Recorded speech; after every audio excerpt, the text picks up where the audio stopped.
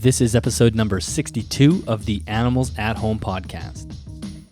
Welcome back to the podcast. My name is Dylan Perrin. Thank you very much for joining me. This is the podcast that inspires others to push the limits of their reptile husbandry by promoting the importance of high-level, creative care individualized for each animal. So if you follow me on Facebook or Instagram, you'll know that I'm currently in the process of designing an Animals at Home podcast t-shirt. Right now I do have a few Animals at Home t-shirts and sweaters available on animalsathome.ca, but I don't have anything specifically for the podcast, and I did really want to tackle that project this summer. So I'm currently working with a few graphic designers and they're giving me a few ideas. So you may have seen me share those, and many of you gave me great feedback on those, and I think almost everybody picked the same logo that they liked. It was sort of everybody had the similar favorite, and that was the one where it is a sort of an image of my boa climbing a old school microphone. It looks really cool. There's a few fine-tuned things that I want to change before I settle on it, but I think that's the one we're going to go with. So give me a couple of days to kind of finish off that, and then I'm going to work with the printers to make sure that's all good, and it should be available. I'm probably going to order myself one first before I make it available, just to make sure it looks okay on the colors and everything. And once I get the stamp of approval and it looks all good on my end, then I'll make them available. So probably still a few weeks, but definitely keep your eyes posted. And as usual, if you do buy a t-shirt, $5 automatically gets donated to the Amazon Rainforest Conservancy. So you will both be supporting rainforest conservation as well as myself. And just a reminder, if you are looking for any information on this podcast or Bryce Broom's podcast, Animals Everywhere, make sure you go to animalsathomenetwork.com. You'll find information for both shows on there, as well as the show notes, and any links that we talk about during the show are always available on that website. Thank you very much to CustomReptileHabitats.com for sponsoring this episode of the podcast. Please visit the show notes or the YouTube description box to check out the affiliate link. If you do pick up something, maybe a background or a mist king system or some substrates, a small commission does come back to me at no extra cost to you. All right, in today's episode, I am speaking with Olly Wilson, who is a zookeeper as well as an animal behaviorist out of the UK. In the episode, we discussed the dissertation that Olly wrote for his degree, which covers the habitat preference of amphibians in Madagascar. Really fascinating stuff there. And we also discuss what it's like working in a zoo. One of the things I always hear from zookeepers is they often butt heads with the owners of the zoo, which is a really kind of a strange concept. And Olly talks about that, and he gives some fantastic tips for how to deal with that. And then he discusses how he was actually able to sway the owners of the zoo that he currently works at to help upgrade a tortoise enclosure from something very small and unenriching and really unhealthy to a massive paddock enclosure with outside access and a big shed to sleep in, and is really fascinating. Of course, I've included pictures of that in the show notes. And we also discussed the reptile hobby from the perspective of a zookeeper, because it's kind of a strange thing when you spend all day surrounding yourself with these massive zoo-level enclosures, then you go back home to your own personal collection, and then you have these animals in much smaller enclosures, and it kind of, you almost have a little bit of guilt associated with that. So Olly talks about that and some just ways to get around that guilt and ways to improve the lives of your animals at home as well. And all in all, you will really enjoy this conversation. I think all of us wanted to be a zookeeper at one point in our lives, and Olly does really give us a look into that world. Without anything further, here is my conversation with Olly. Well, Olly, welcome to the show. Thank you very much for doing this. Thank you for having me, Dylan. Good to be on. Well, first, I appreciate you sending me some videos of your bearded dragon being target trained. That was I asked you, and as well as Liam Sinclair sent me some great videos to add into a short clip, so that was great. But first, I would love to tell the listeners why you have a broken ankle. Maybe you could quickly tell that story. Yeah, it's a funny one. So for those of you who don't know, I'm a zookeeper. That's my day job. And I broke it at work. I was in the wallaby walkthrough, so it's full of holes and the grass is up to your knees, so you can't see the holes when you're in there. And one of my jobs every day is to put the PFAR away in the evening. And as you can imagine, he didn't want to go away because it's lovely sunshine here at the moment. So I was chasing him through the enclosure, and I just did not see the hole, and I tripped straight over my face down a wallaby hole. So that's how I've broken my ankle, running down a wallaby hole, chasing a peacock. When you fell, did you know like it was bad? Were you thinking like, oh man, this is a broken ankle for sure? Or were you just thinking maybe I just twisted it? I thought I just twisted it. When I did it, it just felt like it, I'd landed on it wrong. And then I tried to stand on it and something popped and then it swelled up like a balloon. So I thought, yeah, okay, I've done something here. Yeah, ankles swell up pretty good when you get them injured. Yeah, so that was pretty painful. So I'm on rest now for 6 weeks until it heals on doctor's orders. So now you have the official stamp of being an official zookeeper. You actually got injured at work chasing an animal. Exactly. It's the same we have at the zoo. You're not a keeper until you've been bitten, scratched, or broken something Yeah, forever. So it's a rite of passage, so to speak. exactly. That's awesome. So tell me a little bit about your childhood. Did you have pets growing up? Were you surrounded by animals, or is this something that you just had a passion for and eventually grew into through your adult life? Yeah, so when I was a kid, I always loved animals. Reptiles were something that came up a little bit later. I didn't really know I had a fascination with them at first. At first, it was anything that walks, flies, crawls. I just wanted to pick it up and look at it. Um, and where I was quite lucky, I lived where I live in England. We've got this beautiful countryside, and I had this huge garden. And we used to have grass snakes, we had slow worms, and they just all used to bask in the sun. So I was quite lucky that I had a lot of cool stuff just in my back garden. And that's what really sparked it for me, was being able to go outside just by myself, seeing these animals bask and just wanting to get to know more. So from a young age, I've always been interested in animals. I've had tons of pets. So we had chickens, we had dogs, cats. And then as I got older, got my very first reptile and kept getting reptiles till I've got my collection that I have today. So I've always had that interest. What was the first reptile that you went and picked up? So my first ever reptile is the one that I've still got, actually. It's a leopard gecko. He's called Nero. And I bought him from a pet shop like you would do. It's my first ever pet. And I got, the whole habitat with him as well. So it's like a little starter reptile. And he's 13 this year. So he's doing well. So he was my first ever one. And he's currently with a female that I rescued. She was in a lady's house under a wardrobe. She escaped from her enclosure and the lady was moving. So she lived in that house for 3 months, just loose. I'm guessing Wow. eating spiders. Yeah, all sorts. The lady was moving house. She moved the wardrobe and there was this skinny little leopard gecko under there. So she brought her to a pet shop and I happened to be in the pet shop at the time. And I saw how skinny she was. And they just said, would you be interested in taking her? Because the pet shop couldn't take her. They didn't have any room. And so I said, yeah, sure. And she's now going to be 12 this year. So she's doing Wow. really well. Yeah. And I've That's had eggs awesome. from them as well. So yeah, nice. That's actually similar to like I have my first crested gecko as well, and I think he's 15 now, but I've had him for 13 years. I got him as a 2-year-old, and it's just, for one, it's amazing how long some of these animals live for if you care for them properly. And two, it's so cool to grow with them. Like when I think about 13 years ago and how different my life was, it's like this animal just will follow me hopefully for another, 10 years as well. It's pretty interesting. Yeah. Yeah, no, it is. I mean, when I got him, they tell you about 10 years is average for a leopard gecko, or 15. And I can 100% say he's going to live past 15. I mean, he acts like he's 1 year old, Mm-hmm. So I think it's very much a common thing with leopard geckos, especially. They actually live a lot longer than the care sheets will tell you, or at least in my experience. Yeah.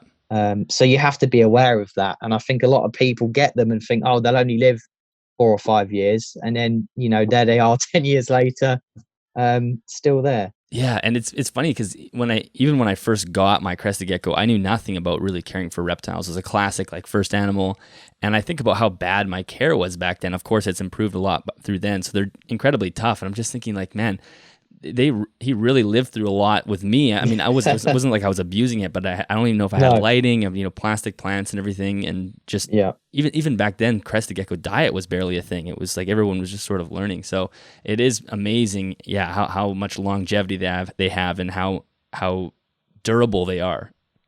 Yeah, no, it is. I mean, I think, like you said, I mean, there's trial and error. I think with leopard geckos, you get away with it a little bit more than you would another species. But I think that, most hobbyists will have that early age where they're not quite sure what they're doing. And then they'll learn, they'll go ahead and they'll research, or they'll see what someone else has done. And they'll think, oh, actually, that's a lot better. And then it's nice to see, your enclosures develop as your knowledge develops. And I think that's something that people need to be a little more almost willing to share, is that, look, you're not born with this knowledge. It takes time, it takes trial and error.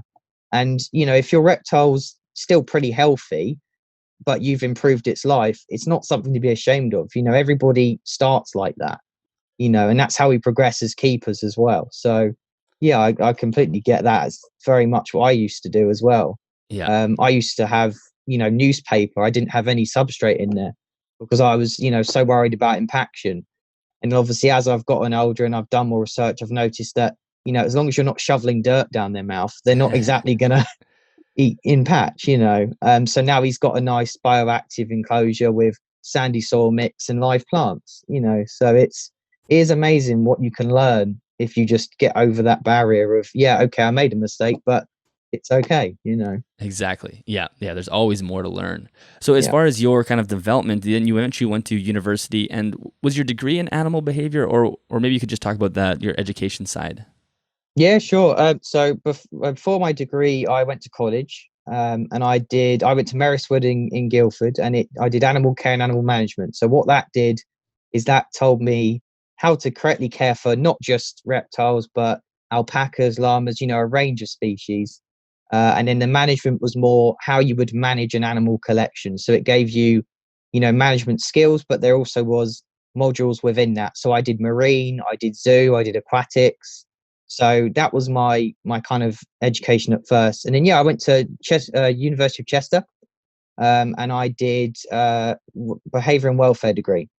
So what that is essentially how you train animals to do, target training. So like I did with my bearded dragon, and also how basically to safeguard their welfare. So, you looked at the legislation that's in place, you looked at the laws, and you looked at how you as a keeper can, improve the welfare of the animal as well.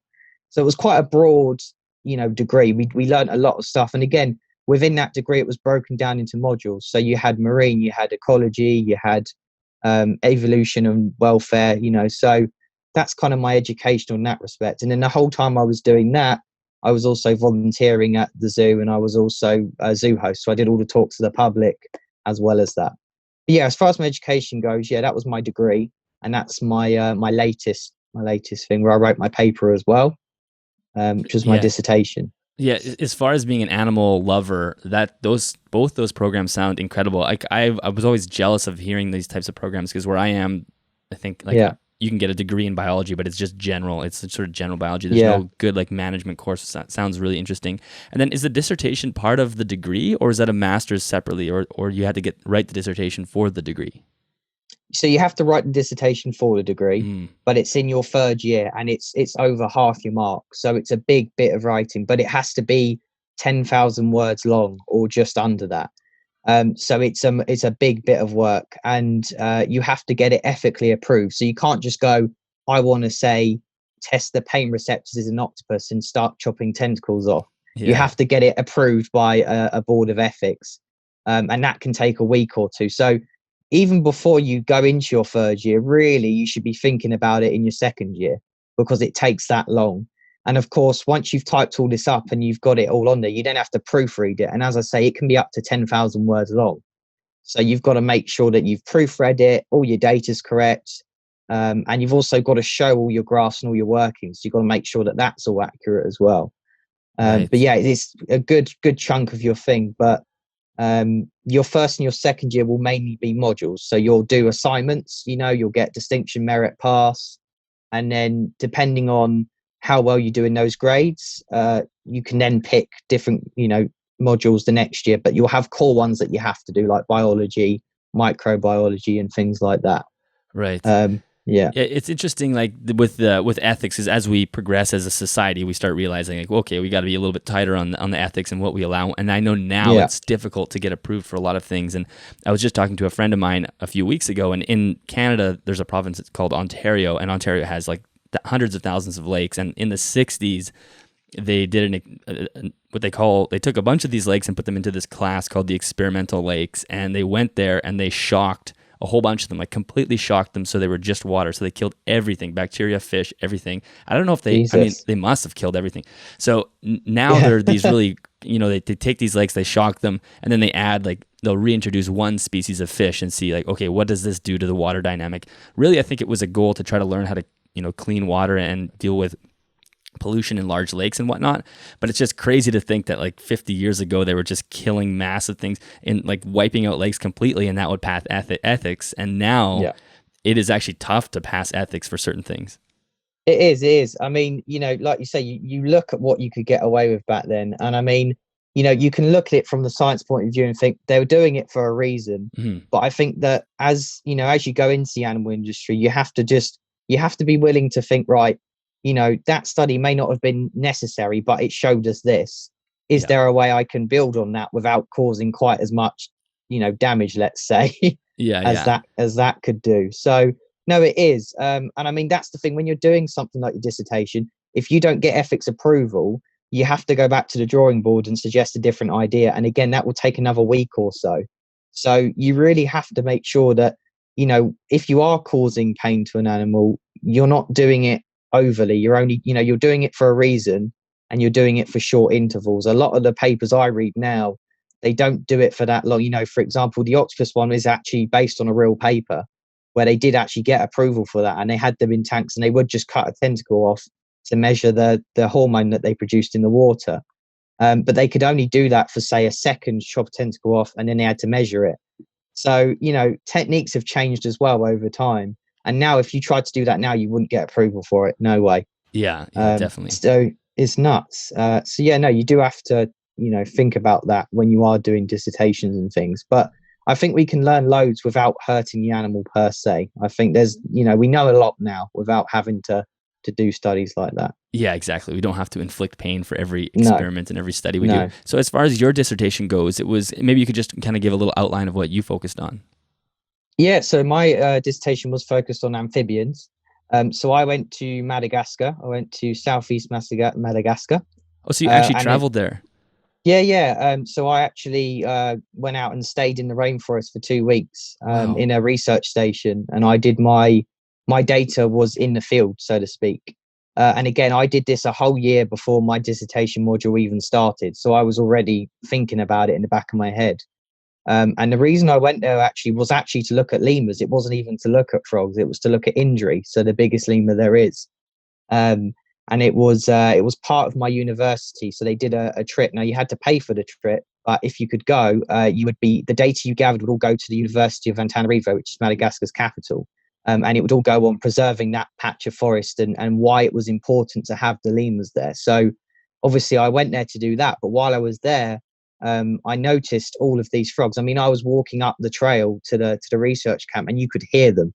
It was like a symphony of frogs. And this was about midnight over there. So this was when they would be active anyway. And I just got up there and I thought, well, I've got the time. I'm here for 2 weeks. If I just get up extra early, I can go out and put some pitfall traps out, and I can have a look at what's out there. So I got approval. And what I did is I dug pitfall traps along a line. I did about 10 of them. And I did that in different areas of the forest. Now, the forest was both pristine and degraded. So one patch of forest was untouched. No one had been there. No invasive plant species, all natural habitat. The other half was degraded, so it had invasive like banana trees growing in it, and it also had a lot of deforestation because there was actually 10 villages around this patch of forest where we were. And that's how I kind of categorized it. So I put pitfall traps in each area, and then what I did is I put up transit lines so that as they go under the transit line, they would fall into the pit traps. So to make sure that obviously they didn't drown, we'd check them in the morning. So we get up at 5 a.m.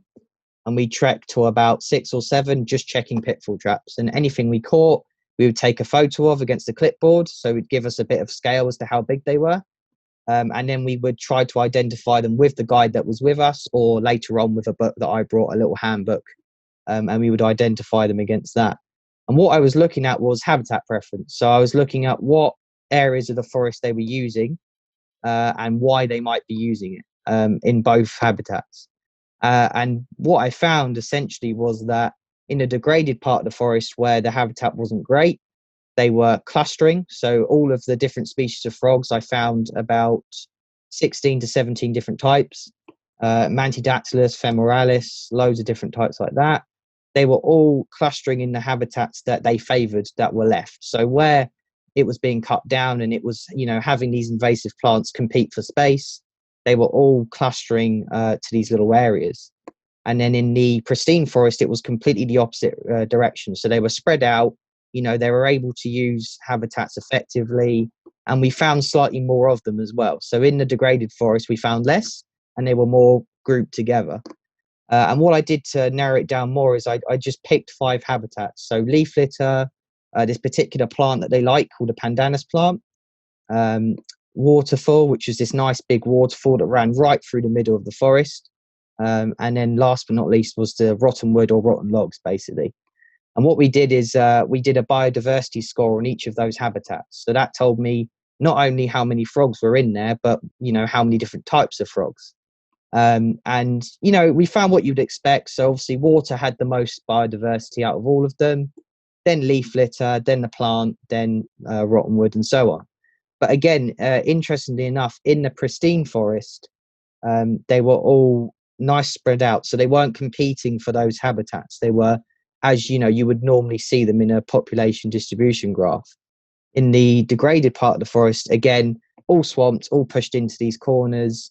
And where the local people were collecting firewood and using it for their cooking and everything, it was disturbing a lot of that final habitat, rotten wood. So I was only there for 2 weeks, but once I finished collecting my data, I did, you could see that you weren't finding as many frogs in those habitats because it was being collected up and burnt. So, they were having to compete for the, remaining habitats that were left. So it was a really good study that really opened up a lot of things in my eyes, for sure. Wow. So that's amazing. So when you went there, was this study, like you were saying, basically when you got there, there were so many frogs that you realized you could do something. So was that not in your mind at all? Like when you were traveling on the plane, you're going, you didn't even think you were going to do this study?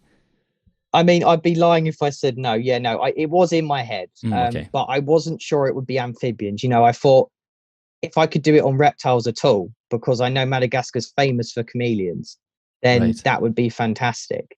But, without actually going there and engaging about how good the forest was, I didn't want to commit myself to it. And again, because it takes so long just to get it ethically approved, I thought I better have a backup.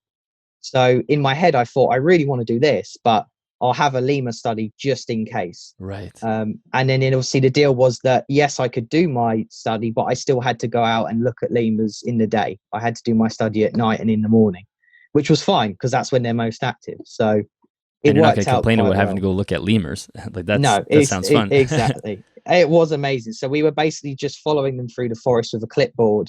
And whenever they would settle, we would write down what type of tree they were settling on and what they were doing. So we were doing like focal sampling and continuous sampling.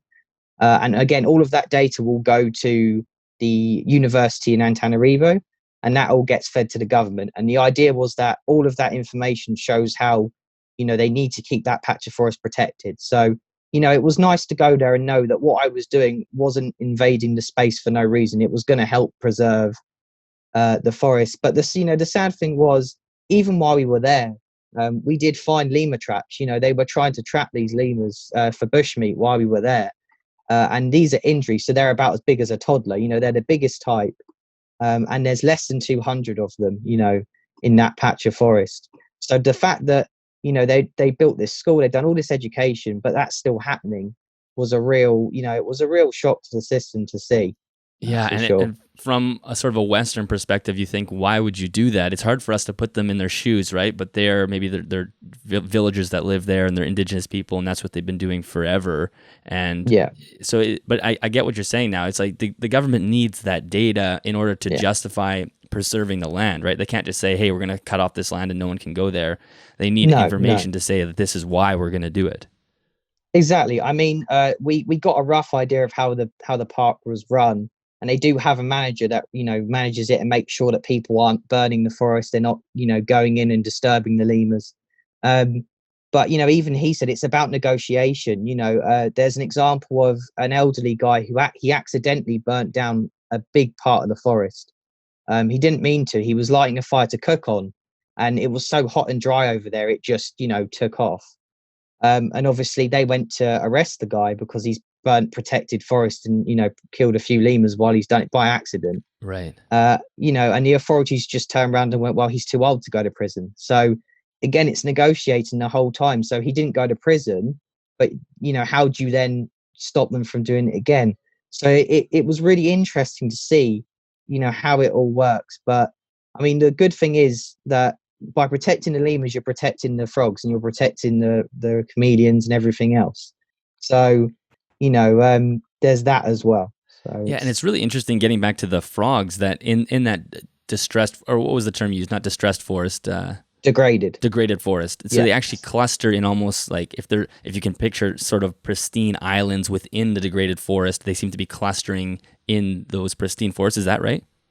Yeah, literally. So the graph essentially that I did showed you, it had a map of the reserve, and it showed you how long it was in kilometers. I can't remember off the top of my head, but yeah, I put them with coloured dots. So, for example, pale blue was Gibemantis pulcher, um, dark black was Femoralis, and it basically would just show you where the habitats were, and obviously you could tell by just looking the colour of the dot, and there was a key next to it.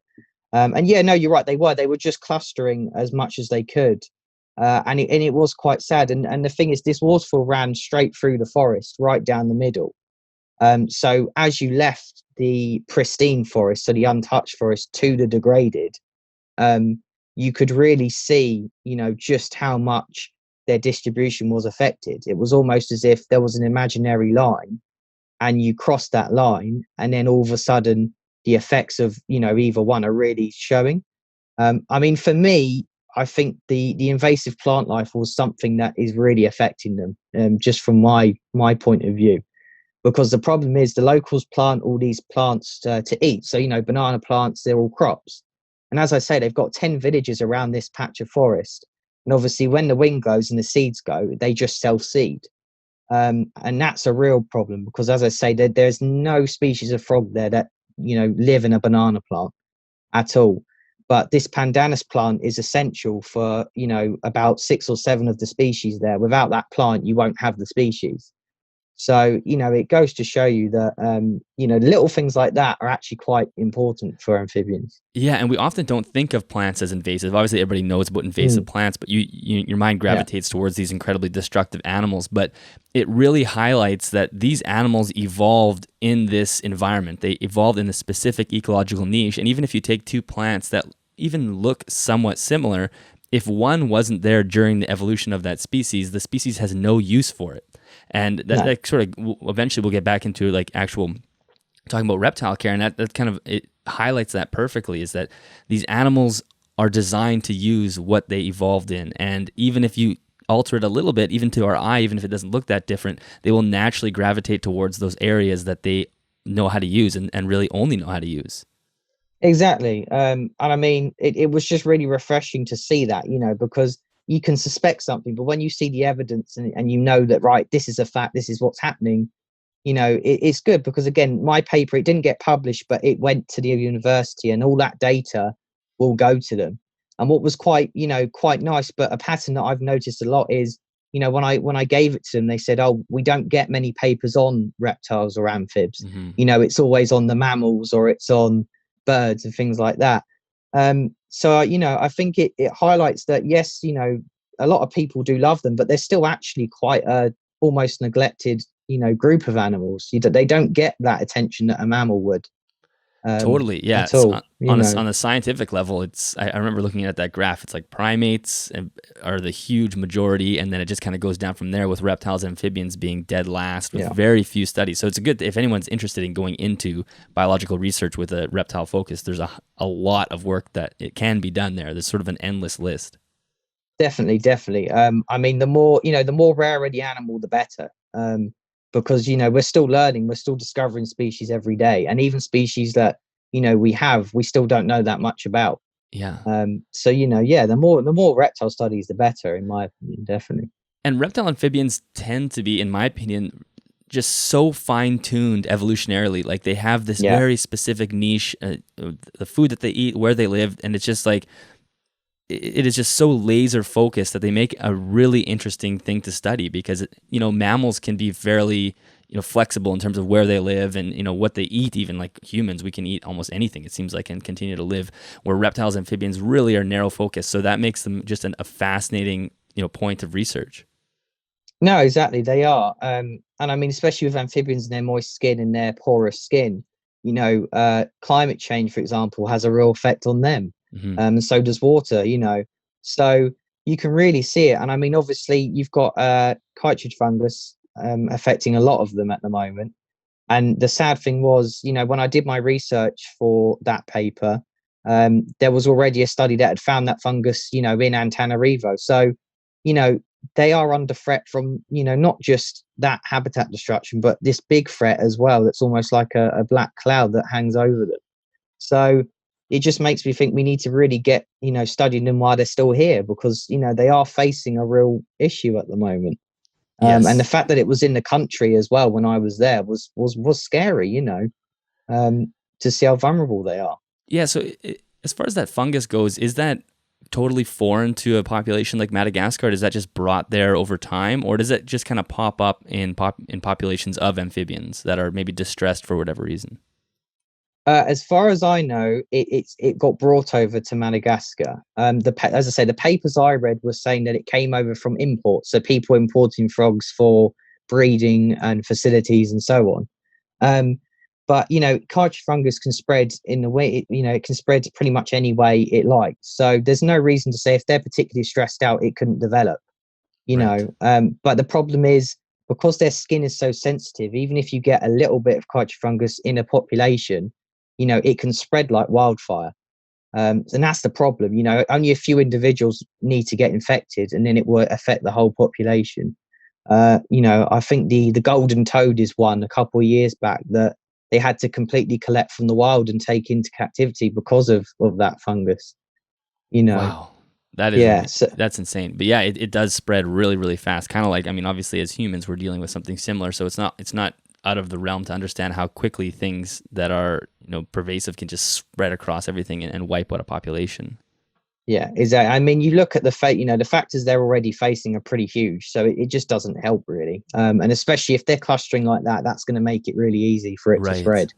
Totally. Which is the other thing. So, it's nuts. But yeah, that's one good thing you can draw from is, as I say, I got to do it. I got to go out there and see them, and it's going to help them in the long run. So yeah, what a cool experience. So then, as far as after that, you got your degree, finished your dissertation, and I guess you were already saying you're volunteering at the zoo. So then after that, you just took on a position as a zookeeper at the zoo?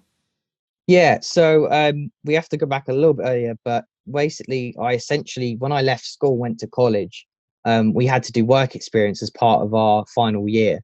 And that's how so my local zoo is Chesington Zoo. So I went to there and I volunteered on the reptile section. I did 1 day a week. And I just shadowed the keeper, and did all the feeding, all the cleaning, asked as many questions as I could, and just tried to find out as much as I could, because at that point I only had my leopard gecko still. So, I wanted to progress my knowledge from my own collection anyway. So I volunteered with them. Then after I finished college and I went to uni, I got a zoo host job. So I did all of the talks to the public. And it wasn't just reptiles. I got to work with monkeys, stingrays, penguins, sharks, anemones. So loads of really cool animals. And then, when I finished university, I went back as a host for about 2 or 3 months. And then I got my first keeper job. And that's where I'm now, at the zoo that I'm currently employed at as a full-time keeper. So that's the dream job for many people, especially when you're young. You think, I want to be a zookeeper. That's exactly what I want to do. So as far as the day-to-day work goes, maybe you could just lay that out, what that looks like. And do you consider it a dream job? Yeah, sure. So, yes, definitely. It is a dream job, but it's hard work. Mm-hmm. It's a dream job, but it's also a job that will take a lot away. You have to weigh up if it's worth it for you. For me, it was because of the animal interactions. So, day-to-day wise, I go in the morning about 8 o'clock, and my first thing to do is to feed. So I go around and I feed all of the animals that I'm assigned to. So normally you're assigned to a section. So for example, I was fields the other day. So that's the camels, the alpacas, the llamas, the rhea, the wallabies, the mara. So it's all of our animals out in the paddocks, essentially, the antelope and the pigs as well. So you go around, you feed them all, you health check them. So you just do a quick visual health check, make sure that, they're not having a limb hanging off, anything like that. And just a fence check. So you test all the fences are working because they're all electric. Then you go back, you put all the bulbs back, and you essentially get all your bedding, you go muck out. And that is a large part of your day will be the mucking out, and you do any training. So with the camels, we target train them while we're cleaning them because they're a little bit too dangerous to clean around. Mm-hmm. We've got Bactrian camels, so the 2 humped variety. And they weigh the same as a car. and they're clumsy. Yeah, So people don't realize, yeah, like, I think a lot of times people think of a horse and a camel being the same size, but that is just way off. Camels no, are yeah, massive. yeah. I mean, camels would ride a horse. Yeah. That's the kind. They're so much bigger, and and also they can get you in different ways. A horse can kick you, a camel can pick you up and throw you. It can spit at you, and it can kick you in ways a horse can't. A horse can only kick front and back. A Right. camel can do diagonally. So yeah, you've got all these extra things that you have to worry about. So Yeah. we shut them out in their field while we clean the house because it's safer. And that will be a large part of my day. And then I'll train them. So we have something called a crush. So it's an area that the camel goes into. I shut the gate behind them and I train them with a bucket of food. And we use that to put any medication on them. So check their teeth. One of them's got a cut that we have to put cream on every now and again because it just opens up in the summer. So we do that safely while he's distracted. And just like the beardy video, we get him to touch a target and then we reward him for touching the target. So that's a large part of your day as well. And then you hang up any browse for them because camels like a lot of things to graze on in the day. And they like trees. So, you cut a bit of a tree off, be it elm or willow, and then you would just hang it up for them and they'll take all the bark off, all the leaves off, and then that will keep them busy for hours. Wow. So it's pretty fun, but you have to know your trees as well because obviously there are trees that are poisonous. So oak, for example, you couldn't use. So you have to know a lot while you're doing it. So your final part of the day after that, you've had your lunch, you do any enrichment. So anything extra that the animal might need just to keep it happy, you would do. And then in the evening, about 4 o'clock-ish, you start feeding them and then you shut anything away that needs to be put away. So the birds, the camels, they get shut into an inside area so that they're safe from the elements. And then they get their more PM feed and then any treats, anything like that. And then that's it, really. You lock them up and then that's your shift done. So it's a pretty, busy day. You don't stop. Yeah. You're supposed to get an hour's lunch. You don't. You get half an hour if you're lucky. Yeah. And obviously with COVID, we're not doing talks at the moment. But when, everything goes back to normal, once you've fed all the animals, you're then expected to go do a talk about otters for 15 minutes. So, it's a great job, but you do have to be fit and you do have to work hard. If you go into it thinking I'm going to do minimum effort, you're not going to like it, because it is so on the ball. But it is great. I've done it for almost 2 years now. And I love it. I don't get up and think work. I get up and think, oh, I'm going to go hang out with camels and otters all day and meerkats. So it's great. And if I get that one kid at a talk that listens and actually learns something and can walk away and think, oh, meerkats are really cool, then I've done my job. And that's how I remember going to the zoo as a kid, and that's how I learned, listening to the talks and asking questions. So it is a great job, and it's a chance to educate people about animals that they may not know about, because people often look at an animal on a TV and that's the most they get. They don't get any other information. So it's a real dream job. Yeah, that's amazing. But like you say, you have to be so committed, because it's not one of those jobs where when you leave at 4 o'clock, you just forget about it and you're like, okay, I'll just wait and come back tomorrow and start my work again. It's one of those things where it's going to hang in the back of your head. Like if you had an animal who was maybe a little bit injured or not feeling well like that, you're going to take that home with you. And it's just something that will always be on your mind. It's just a massive responsibility. It is. And it's the little things that you wouldn't necessarily think. Like I always think, have I locked that gate? I go through that 3 times. I often check the gate 3 times to make sure I've done it, because I don't want to wake up in the midnight and think, oh my God, did I shut the meerkats away tonight? Yeah. All 9 of them. So you do. And like I say, you're meant to finish at a certain time, but if you're behind for whatever reason, you'll be half an hour late finishing, and you won't get paid for that. That's just, what I call toil. That's just part of the job. Right. So you do have to, have a degree of just passion. If you don't have the passion, you won't want to do it. You don't do it for the money. It doesn't pay well. But as long as you can get by and you can live, then it's not the end of the world. And you've got to work for so long in life. I would rather do a job I love than something I hate, because I won't be very good at it if I don't enjoy it. Exactly. Yeah. You get to wake up, like you said, it doesn't feel like work. You get to go there and just be with the animals. So that's very cool. So tell me about the tortoise enclosure, because I know this is a project that you spearheaded, I'm not sure how long ago, and it was just a really interesting result. So maybe we can start with, what the tortoises were in and what species there were, and then how you went about, changing it. Yeah, this was about a year ago now. So I started this job in November 2018, and the tortoise house was finished in June of 2019. So basically what they were in before, so we have 3 tortoises. We have a sulcata called Max, who's about 18 years old. So he's quite a big boy now. Then we've got 2 girls. They're leopard tortoises called Roxy and Tallulah. One of them has a severe case of pyramiding from her previous owner. And then the other one is pretty healthy. She hasn't really got any issues. Again, Max is fine. He had a little bit of pyramiding, but nothing, major. And essentially what they were in is they were actually in what is the quarantine area. So when you get a new animal to the zoo, you can't just put it straight into the zoo. You have to quarantine it for a couple of weeks to make sure there's no diseases and you're not spreading anything.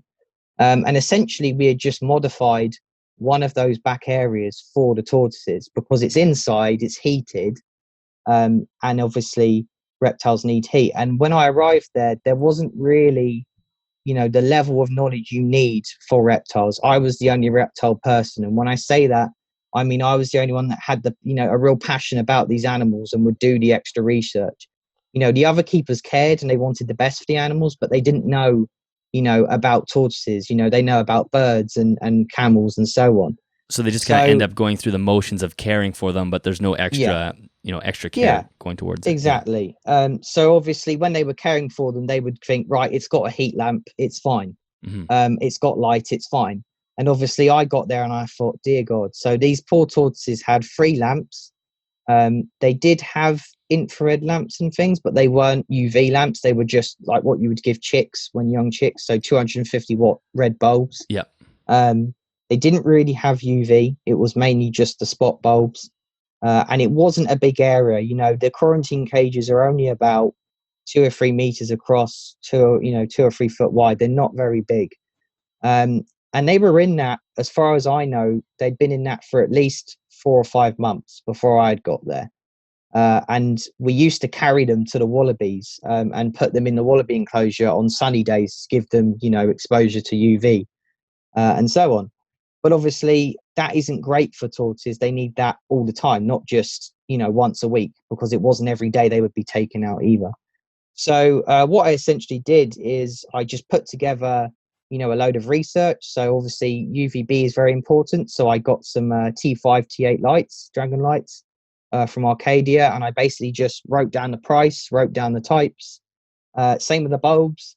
And then I essentially requested a meeting with the senior keeper / curator. And I just said, look, their welfare isn't the best it could be. This is what we should be doing. And I essentially just gave her the file with all the information and all the products we should be using.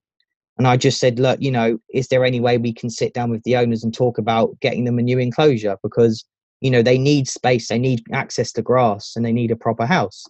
And she was very impressed with all the extra work I'd done. So she got the meeting and we sat down with them. And it was, I have to say, it was a tough meeting. They're not animal people, the zoo owners. So, trying to argue it from a welfare point of view with a businessman is very hard. Yeah, I just want to linger on that moment or that point for a bit, because this is a common theme that pops up when I talk to zookeepers, and it's sort of, it seems a little bit crazy to think that the owners are not animal people. And commonly keepers will leave zookeeping because they're fed up with the fact that the animals don't have good welfare, and it seems like no matter what they do, the owners won't listen and no changes are made. So for one, I commend you for actually going through this work and proving the fact that it can be changed, and you just got to do the work and have the meeting. But also, how is it that someone can own a zoo and not be an animal person? I mean, I mean, it astounds me. I mean, I don't know much about, how the owners got hold of the zoo, but I know that, they are just businessmen. So in my head, they've probably bought it thinking it's another business. Right. And they almost forget that these are living creatures. They're not things, they're living things. And that means they need extra care. So, they just don't get it. If I say to them, a tortoise needs UV to help with shell growth, to help with metabolism of, vitamin D3. They'll look at me like I've just written hieroglyphics on the table or something. They won't know what I'm on about. So, you have to try and, always approach it from their point of view. So what I tend to do is I go, look, you're going to run into more bills with vets, with veterinary bills. If you don't do something now, it's going to get worse. And on top of that, you say your visitors aren't stupid. They know what an ill animal looks like. So you're going to lose visitors if your animals aren't, healthy. They're not going to want to come see them because they won't be doing anything. Right. So, and that got them to listen. That was one of the only ways to get my point across. And, and when you just lay it out for them, you say, look, I'm not trying to, make you guys' lives tougher than it is. I'm just trying to help these animals, but save you money at the same time. They were much more receptive to that. And because I'd highlighted all of the pricing and I already knew how much it would cost, they were more open to it because they then could plan and figure out if they had the budget for it. Right. So it's always a tough one, but you have to just try and almost become a businessman to get through to them. Yeah, well, I think that's exactly right. Those are really good tips because people probably come at it from the animal welfare standard, and it's just not a great place to stand when you're talking to somebody who's thinking, well, I'm not going to spend $2,000 on a new enclosure. It's never going to pay for itself. So were they kind of resistant to it at first in the meeting, and then you eventually won them over? Yeah, I mean, that initial meeting was great, but then I didn't hear anything for at least like 3 weeks. Nothing happened. And then my manager pulled me aside and said, "Oh, they want to just talk to you about where this tortoise house could go." So after that, we had another meeting on the site where they wanted to build it. And I said, "Look, this is where it could go. This is how big it could be." And 2 weeks after that, they started. It started really slow, and then it built pace. But again, as long as you're polite to people and you're just, you're being common sense and you're not forcing them, they do listen. But I have to admit, obviously, I had my senior keeper helping me as well. Obviously, she was backing up what I was saying, and saying I wasn't just making it up. But I think for any keeper that's, at their wits' end and starting to really give up, don't give up, because the moment you give up, then nothing will happen. But you can still make positive change, even if it means you're having to look up the pricing yourself. But if you can put it all together in a folder, highlight it all and hand it to your manager and say, look, this is what we need. It shows that you care, but you're doing it in the right way. You're doing it in a way that they're going to listen. Yeah. So, I would say don't give up. And as long as you do it like that, you'll get there. And you can't be bitter and resentful for the owners because they're trying to make money. And of course, if they're not making money, then the zoo doesn't exist. No. So they still have a lot of responsibility as well. And that kind of goes back to being a zookeeper, because I can almost guarantee you that the work and the research that you didn't happen on zoo time. I'm sure you did that at home for free. Yeah, exactly. So I normally I do 8 till 5 or 8 till 5:30 by the time the camels go away, because they never want to go away. And so by the time you get back, it's 6 o'clock. I used to stay up till 8 or 9 just researching. Mm-hmm. And I would just look up articles of different papers and see what, people in the field had done. I would look up Ferguson zones and I would double check that the species under that are in the right UV bracket. And it's just little things like that. And then as long as you can, condense that into layman's terms and just maybe provide a quick reference, then, you've covered yourself. And it's not just you saying it, you've got the backup of the community saying it. Exactly. But the way I argued it with them was kind of more like, look, if these animals are given the right husbandry, they're going to be way more active, which means they're going to be out for your visitors to see more. So you're going to help yourself, because you can then do tortoise talks. If they're out and they're running about in the grass, you can then, get more out of it. So as long as you kind of try to, include the finance and make it like you're trying to make them money, they'll listen a lot more, and that was the main way. So yeah, they built that, and they've been in it ever since. They've been in it now for almost 7 or 8 months, and they've grown. I'm seeing behaviors that I never saw before. And they're putting weight on. So they're all doing really, really well. So maybe you could just outline what the new enclosure is like and sort of what it is. And you sent me some photos. Maybe I'll add those into the show notes as well so people can see. But if you could just kind of explain what it looks like. Yeah, so the main house is almost like a square structure. The main house is a brick house. So it's made out of brick blocks. And then it's got insulation inside that. And then it's got almost like a wooden hut theme. So they went for kind of an old-fashioned hut theme on it. So it's got tree trunks cladding all the way around it. Then it's got a felt roof, which kind of arches up. And that's to help with water runoff, because there's a gutter that goes all the way around the back. And then you go inside, it's got a double barn door, so you can lock the top door and leave the bottom open, or you can, have it all open however you like. And the idea with that is that obviously, for security, it gets locked overnight. But in the day when it's really hot, you leave the bottom open so that there's still got air coming in, but it's keeping in the heat as well. So see, if you have the door wide open, you've got a draft coming through. It's not going to stay warm for very long. So that was the idea on that. And then, you go inside and they've got two substrates. They've got bark, chip and soil mixed in on one side. Then they've got sand, like playfit sand, on the other side. Then they've got 4 heat lamps, which are 250-watt daylight bulbs. And the reason we had so many was because obviously sulcatas are big tortoises. And when Max sits on one lamp, he takes up 2 because he's just so big. So to make sure that the girls got some, I made sure that we had 2 extras on the other side of the enclosure. So that way, you've got enough basking spots for them. Adjacent to that, there's a hydroponics unit, which has got some T5 dragon lights in. And that's for their UVB. So obviously they have a paddock that they have access to every day. But in the winter, when it's raining and stuff, and we're not going to let them out, it's so that they get their UV, so that they're getting the UV. And also, they've got windows on either side. So they have natural light coming in, but it's just so that they've got a focused bit in one area so that if they want to go over and bask under it, they can. And then right at the back, we've actually got a little divider. And that is so that the leopard tortoises can get away from Max. So even though they get along fine, they've been together since they were 1 year old. They're different species, and Max tends to tread on them because he's a bulldozer. Right. So yeah, Classic it's just sulcata.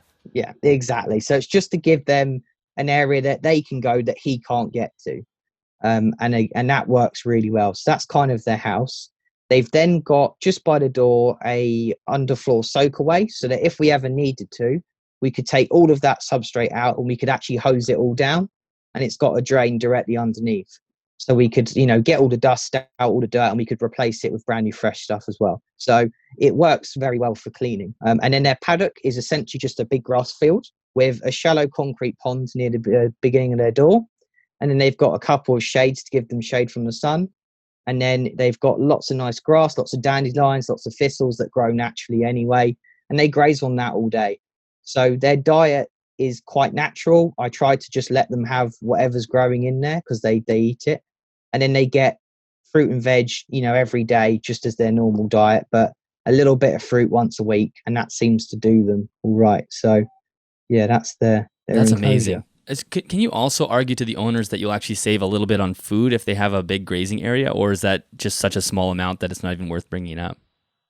Well, this is the thing. I mean, to animal people like us, you probably wouldn't think it's worth bringing up, but they're not animal people. So Right. yeah, bring it up because again, it's another point that you're going to sound knowledgeable on that they won't necessarily know much about. So whatever point you give to them, as long as it sounds right and it is right, yeah, there's no reason why not. And at the end of the day, you've got to sympathize with them because they pay your wages. They've got to pay the bills. If it saves them money, then, they're going to listen, aren't they? So yeah, definitely talk about it. And it's so cool with just having different surfaces for them to walk on. And that was one of the things we kind of chatted about in messaging is just even having the ability to crawl through sand is just going to develop their muscles in ways. Like one of the things we see in the hobby all the time with tortoises is they end up getting so weak, they basically just drag their shells because they can barely lift themselves up because they just sit in a very small enclosure and there's no need for them to develop any muscles. Like crawling through sand with, if you're, a 40 or 50 pound sulcata, I'm sure he's maybe even more than that, is a lot of work, and that's good work for them to do. Yeah, exactly. And I mean, what's nice as well is it gives them the choice. They can go in the bark or they can go in the sand, but it's up to them. Mm-hmm. It's completely in their mindset. And I think that really helps with their mental state, that they have that choice and that freedom.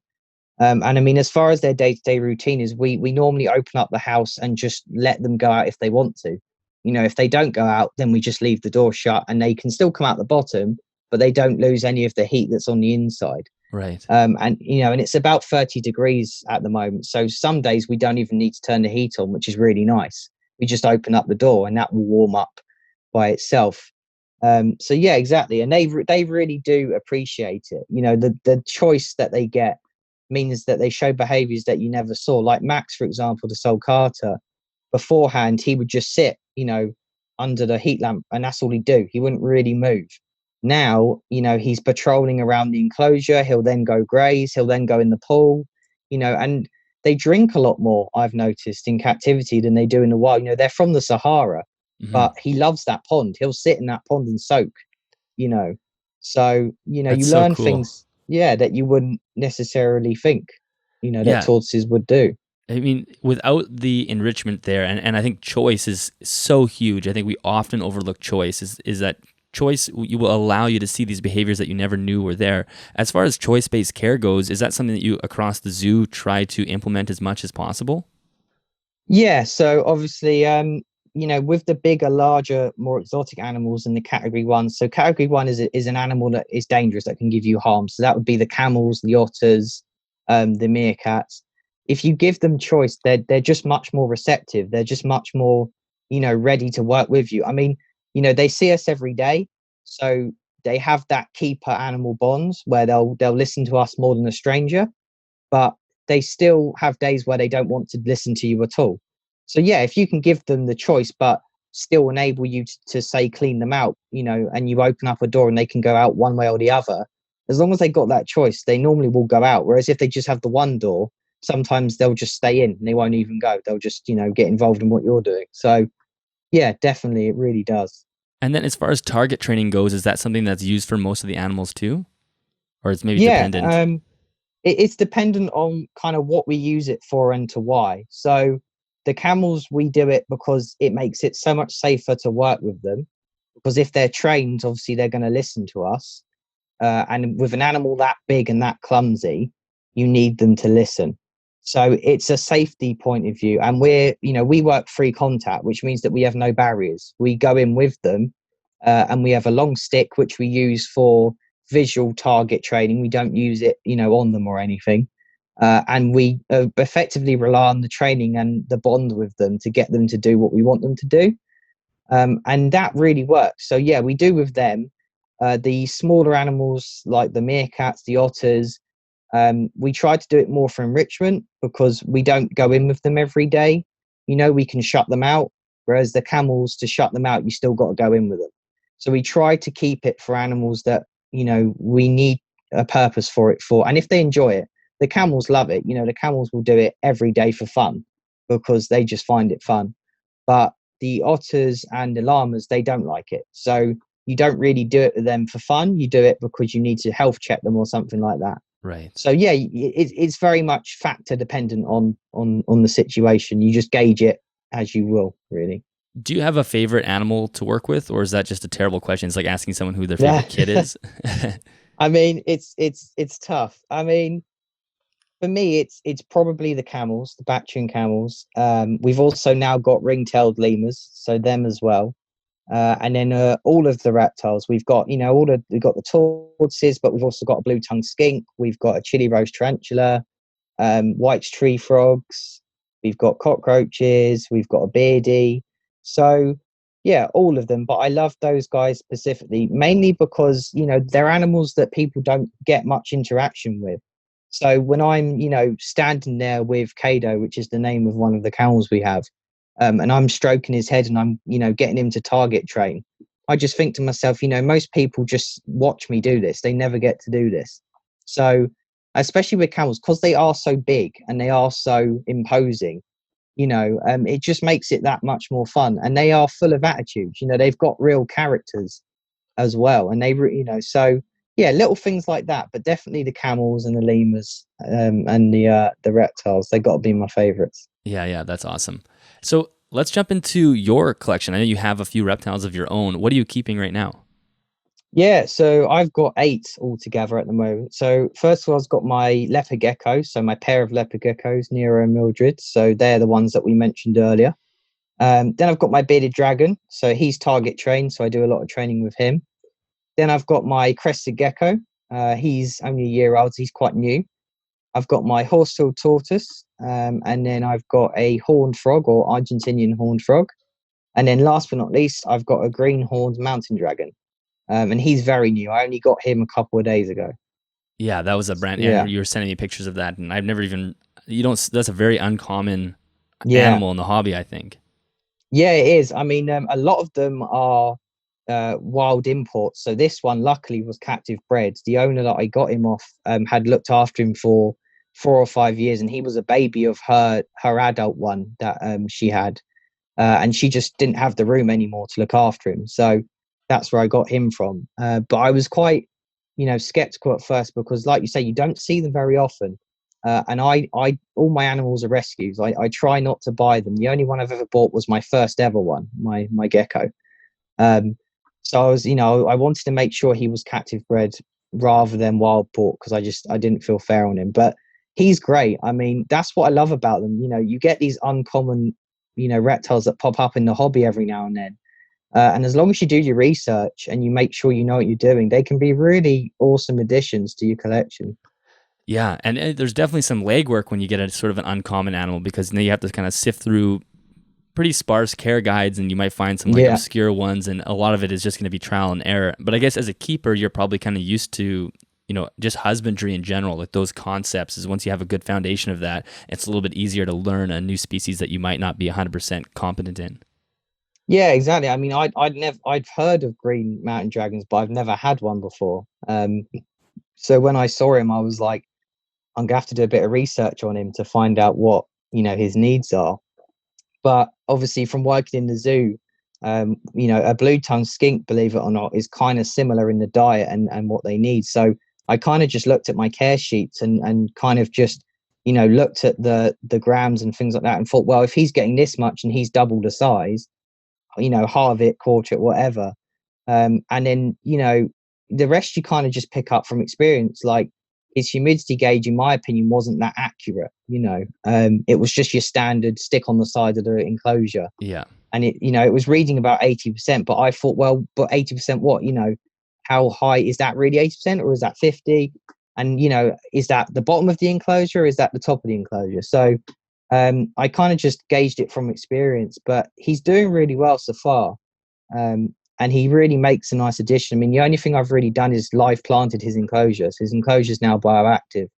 But I find actually he's quite happy with it as it is. So I didn't want to change too much because he's doing well already. And I think that's there's no need something to stress him out. No. And I think that's something as a keeper you've got to be careful not to do, is add too much too soon to any enclosure, really. Yes. Slow changes are good. You don't want to go from 0 to 100 because that is their home. And if you change it completely, you've now made it a different place, and they don't like to be in a different place. No, exactly. So, he's doing really well. So that's my collection at the moment. I probably won't get any more for now because, I mean, I've got a lot already and I kind of just want to invest the time into them. But yeah, no, I love them. I mean, I've watched it grow from just my gecko to my beardy and now to 8 different tanks, and each one has made me research more and look up more and do more homework on each one. And, it all builds to your skill set, and making them bioactive as well. That's a whole nother thing that you can do, and it really adds to it. Yeah, exactly. So as from your perspective as a zookeeper, what is your perspective of just the reptile hobby in general? Do you see it as a positive thing? Do you see it as a negative, or where do you sit on it because you have, experience on a higher scale in terms of the quality of care at the zoo? I mean, I think that the hobby's great for networking, connecting. I think that it's really good. I think compared to a lot of other animal groups, so to speak, the reptile in hobby and hobbyists are generally quite willing to share knowledge and kind of help each other out. So I think that it is a good hobby. I mean, the only downside I could ever say about it is I think it's all about how we speak to each other. I think we get the problem with now we're so connected on YouTube, on Instagram, social media, whatever. It's sometimes you say something, it comes across a different way as to what you meant it because you're typing it, you're not saying it. Yeah. And I think that sometimes we get so invested in our enclosures and how we've done it that the moment someone suggests something new or that might improve it that we haven't tried, we automatically think that's an attack on our husbandry. So I think that's the only negative really, is sometimes people almost forget that you've got to be polite when you're criticizing enclosures, and that we're all here to help each other. That's the whole point of the hobby. And for me, from my perspective, I just try and help as much as I can because at the zoo, if I leave an enclosure untidy, the animal's fed and it's watered, but it looks messy, you'll be told to come back and clean it. So you've got to make sure that it's all up to standard. So I try to take that to my own hobby, and I'll keep my tanks as spotless as I can. I'm forever, getting watermarks off the tanks and wiping down sides. But I think that, it can set a standard. And obviously, because it's so specific and so niche, the amphibian and reptile world, you can get some really impressive collections if you go that extra mile. And I think it's just about, helping each other out and doing that, but just not in a way that is going to, upset someone in a way. Yeah, I think your story about, dealing with the zookeepers is a perfect example. It's like, yeah, you're going to have someone that basically has the exact opposite opinion of you, or opinion of what you want to do. And depending on how you present the information is going to yield the results. So you could have gone in there with a totally, a sort of resentful and bitter attitude and said, you guys are basically killing these tortoises and it's all your fault. They're not going to get anything done. And in the same sense with the hobby, with the way we share information, if you want the person who you're giving advice to have improvement on their animal, then you have to make sure you're presenting the information in a way that they're receptive to. And like you said, it's all about learning so we can share. And yeah, there's so many things that I'm doing wrong. And as you learn, okay, I'm going to change that. And it's really important that we have that open communication. And it must be interesting for you because, like, for example, you have this tortoise enclosure at the zoo, which is just this amazing enclosure. And it would be, I shouldn't say impossible, but very unlikely that anyone could do that at their own home, right? So then you kind of have this balance between where you have these zoo enclosures where these animals have a ton of space, and then the hobby, of course, is going to be downscaled. And it's hard not to feel a little bit bad for the animals that aren't in the zoo, if you know what I mean. Yeah, no, definitely. I mean, like that's a perfect point. For my tortoise, my Horsfield tortoise is in a standard tortoise table in my flat, and obviously, when I see what I've done for these tortoises, and I think I would love to take him and put him in that enclosure because he'd love it. But I think that you've got to have the conversation with yourself. We're in unprecedented times right now. I mean, we're in a pandemic, so it's not the best time to be doing anything major anyway. So I'm very much, work within your means. I may not be able to give my tortoise that much space, but I can certainly give him, an enriched diet. I can present his food in different ways rather than just a bowl. I can put a puzzle feeder in. I can, change his substrate every couple of months so that he's got a choice of substrates to use. And you can do it in ways like that. And I mean, even my tortoise at home, as weird as it is, just letting him roam around the living room. He loves it. That for him is a good day's exercise. He'll run around my whole living room and he'll just go to sleep in a corner, wake up again, even that. So I think it's about, doing different things because not every solution will work for every animal. But that's where I like it because you've got to be creative and you've got to use what you have and make do with what you have.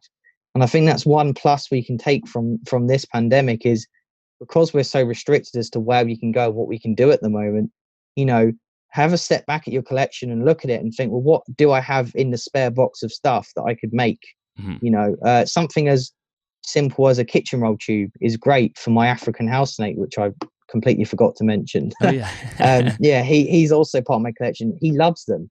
And that saves me like £5 buying a cork bark, which, yes, looks better and arguably would be nicer.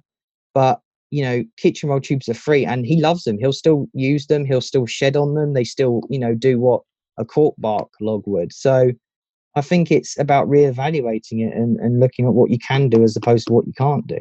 Yeah, that's a great point. The creativity doesn't come out of, having unlimited options. Creativity comes out of these moments when we're restrained and restricted. And it's like, okay, I got to do something interesting and I only can use the supplies that are basically in my reptile room. What can I do? And yeah, there's so many different ways we can enrich the animals at home. Like not everybody's going to have the room or the money to build these massive zoo level enclosures. That would be kind of crazy. You like take up half your house doing this, but there are so many different ways that we can improve the animals that we have just by enrichment training and all these things. So I think that is an excellent point. Yeah, exactly. And anyone can do it. It's easy. Anybody can just pick up, a box of enrichment and be creative with it. That's the great thing. There's no right way to do it. Just have fun with it. Just trial and error. Exactly. Trial and error, just see how it goes. The best thing. Is there anything else that you want to mention that we didn't cover today? I think we covered a lot and you really provided some amazing tips for people. So I'm excited to get this one out. Is there anything that you want to add? Not really. I mean, the only thing I guess I would say is to anybody trying to get into the zoo industry, a little tip to get into it really is just make sure that you're volunteering as much as you can, and because it's about who you know as your qualifications. You could have a degree, but if you've already been volunteering and you already know some keepers in the zoo, that would be a great reference for when you then apply for a job. You can then use them as your reference. So, make sure that you are volunteering, use your work experience placements correctly. But I would say definitely get a qualification, because a lot of zoos now ask for a degree in some way or form. It doesn't have to be a degree in zoology, but they ask for an equivalent in the field. So, definitely do that. And passion, as long as you're passionate, it's not that hard to get into it. Yeah. But yeah, that would be my closing thing, just to help anybody that wants to get into it, really. Yeah, networking is definitely key. Definitely. That's fantastic. That's a great point. Can you let everybody know where they can find more information about yourself online?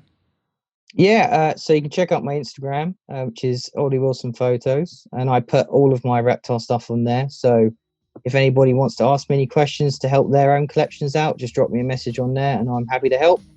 And I will get back to you. Awesome. Yeah, I will absolutely have that in the show notes. So, Olly, thank you so much. This was a really fascinating conversation. We covered a bunch of different topics, so that was great. Thank you. No worries, Dylan. Thanks for having me on, and good luck. All right, that is the end of that episode. Olly, thank you so much for joining me. That was a great conversation. I think having an insight on sort of the business side of the zoo is something that quite often as animal lovers we miss. We often just don't see it as a business. We see it as just a sanctuary for animals. And at the end of the day, there is somebody at the other end on the business side, and as animal keepers, the best thing you can do is to appeal to those people so they can actually in turn help the animals. So I think that was a fantastic tip. If anyone is working in the zoo, I really hope that you try those methods, because I'm sure they will work great for you.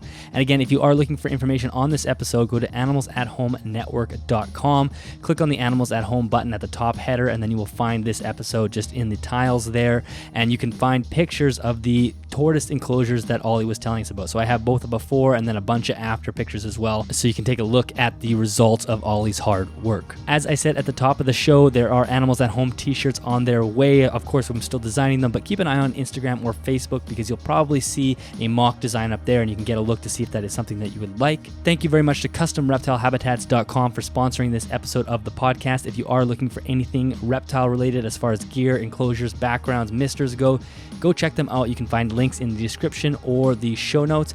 Again, they are affiliate links, so if you do purchase something, a small commission does come back to me at no extra cost to you.